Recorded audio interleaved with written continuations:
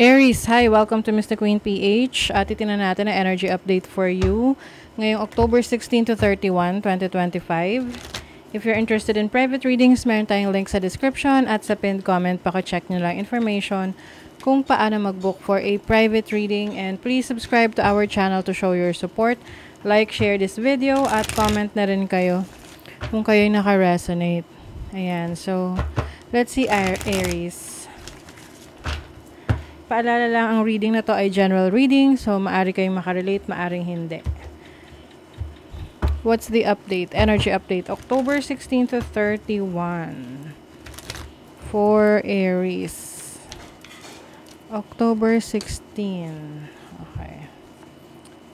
Page of Pentacles, the Tower, Nine of Cups.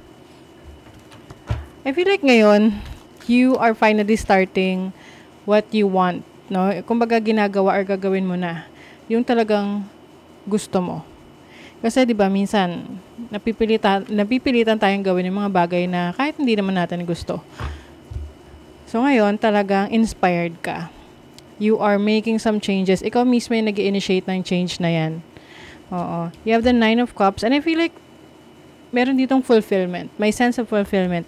This can be a new business, source of income, trabaho na pinupursu mo at finally nagsisimula ka na at inaaral mo to. So mas seryoso ka na ngayon kesa dati.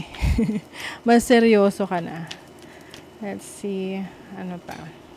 You have the Justice card. I feel like nagkaroon ka ng clarity about your life na okay, kailangan may magbago sa buhay ko, kailangan meron ng direction, sense of direction, and you've been waiting for an opportunity and I think ngayon ikaw mismo yung nagbibigay ng opportunity sa sarili mo. Kasi minsan isip natin, hintayin ko na lang kung kailan dumating ang opportunity na yan. Oo. Paano kung hindi dumating? So, ayun yung realization mo na you have to make your own opportunities. Create your own opportunities. At kung ano man yung mga old belief system mo, tinatanggal mo na yan. Ginigiba mo na yung old belief system mo. At nagpo-focus ka sa manifestation, nagpo-focus ka doon sa mga goals na gusto mong ma-achieve. I think isa rin sa dahilan niyan is meron kang wish na na-fulfill. Meron kang wish na nangyari, natupad. At yun yung sign, Yun yung hiningi mong sign sa universe kay God na kapag ito nangyayari, ibig sabihin, I have to, ito na yung sign para gawin ko yung gusto kong gawin, yung gusto kong i-pursue. And now you're finally doing it. What is the Page of Pentacles? You have the Five of Wands. Alam nyo, yung iba sa inyo kaya rin kayo natagalan ng pag-take ng action is because may mga taong pumipigil sa mga plano ninyo, may mga nakikialam, or yung bang against sa inyong gustong gawin. Maari ring iniisip mo na you're not good enough to compete or makipagkompetensya sa iba, but you realize na hindi mo naman kailangan makipagkompetensya sa iba kasi ang dapat mong kakompetensya yung sarili mo, Kaya doon mo mas na-improve yung sarili mo because you compete with the old version of yourself, 'di ba? What is the Tower? The Ten of Cups. So, ito ang inspiration mo, yung family mo, yung mga mahal sa buhay mo, yung mga gusto mong ma-experience with your family, like going in a place na masaya kayo, nagbabakasyon kayo, nang walang pinoproblema kung ano yung kailangan yung gamitin, gawin, pagkagastusan, 'di ba? Minsan hindi natin ginagawa yun kasi we are limited na parang inisip natin, hindi natin kaya na i-sustain or pondohan yung mga plano natin. You also have the Ace of Swords. Meron kang bright ideas, na you will start. This can be a creative idea or meron kang message na marireceive na yun yung magbibigay sa'yo ng inspiration para magsimula, sumubok ng mga bagong bagay sa buhay mo, 'di ba? Ayan, you are ready for a transformation. You are closing a chapter of your life and starting something new. Merong natapos at merong magsisimula. And yung iba sa inyo, kayo mismo yung gumawa ng opportunity na yan. O, 'di ba? Nine of Pentacles, this is going to bring you stability, abundance, prosperity, money, financial independence. So, makikita mo na yung fruits of your labor. Oo. 'Di ba? At least. Kumbaga, merong resulta yung iyong trinabaho and effortan. Ayan. Tingnan natin yung energy ng kaperahan mo. Money, career, finances for Aries. Money, career, finances. You have the 9 of Swords. May gumugulo sa isip mo ngayon. Ayan na nga, oh. Di ba sabi ko sa inyo, may mga pumipigil sa mga plano nyo? Na parang iniisip nyo, paano nyo gagawin yun kung may mga sagabal? Oo. Pero, merong person sa buhay mo na suportado ka sa gusto mong gawin. Yun yung importante, 'di ba? Na merong taong naniniwala sa kakayanan mo who will support you at sapat na 'yon para ma-achieve mo yung mga goals mo, pangarap mo sa buhay.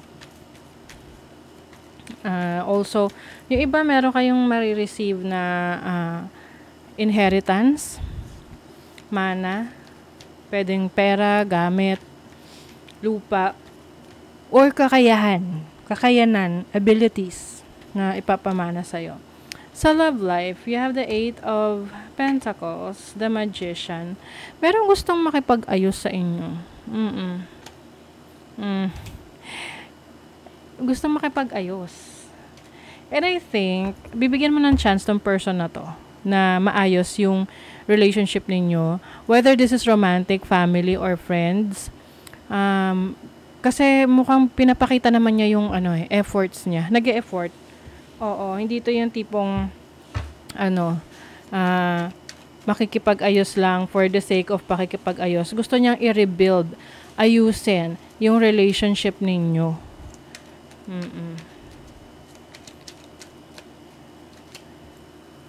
Some of you merong travel opportunities. And also rising above, no? Mas umaangat ka ngayon. Meron ka ring freedom. Ayan, you are breaking free. You are finally in control of your life. Wow. Pina-fine-tune mo ang iyong life ngayon. Some of you, maaring may interest kayo sa pabango o kaya sa wine. Meron kayong dinedevelop eh. Pwedeng ito yung gusto nyong subukang negosyo. Wow, you're going to achieve success. Wow. Dahil ito ay pinaghirapan ninyo. Ito yung something that you will be very proud of yourself kasi trinabaho mo talaga. Your instinct, your intuition is guiding you right now. So kung ano man yung senyales na pinapakita sa'yo ng universe, i-follow mo lang yun, no? As long as you are always praying and asking for signs, na ipakita sa yung signs na yun na yun yung path, landas na dapat mong tahakin na makakabuti para sa'yo. Meron kang inner knowing. Meron kang malakas na instinct. Yung gut feel, ganyan. Diba? Harvest season rin sa inyo. Kung ano yung mga trinabaho nyo, in-effortan nyo, you are going to receive the results of your labor. Fruits of your labor. Imagination. So, ito yung creative energies, no, na nabanggit ko sa inyo kanina. Mas maging creative kayo. You will use your imagination in making something, creating something.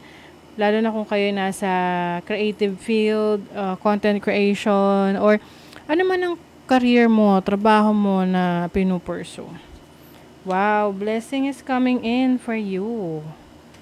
Yung blessing na yan, yun yung magpapalaya sa'yo from your limitations. Especially in your finances.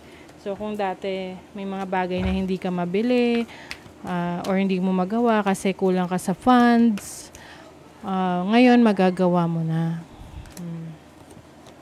Detoxify. You are also focusing on taking care of yourself, taking care of your needs, yung mga alam mong bagay na hindi na nakakabuti sa'yo, ika-cut off mo na, tatanggalin mo na.